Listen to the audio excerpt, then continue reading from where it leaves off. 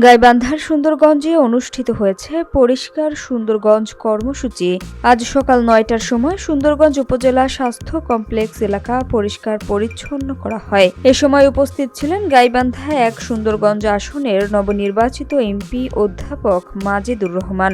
আরও উপস্থিত ছিলেন উপজেলা জামায়াতের সেক্রেটারি সামিউল ইসলাম সহ আরও অনেক নেতাকর্মী।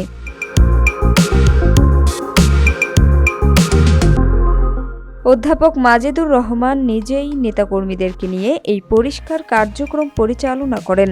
অধ্যাপক মাজেদুর রহমান বলেন, আমরা আজ থেকে সুন্দরগঞ্জকে সুন্দর করে গড়ে তুলব, সেই পরিকল্পনার অংশ হিসেবেই আজকের এই কর্মসূচি।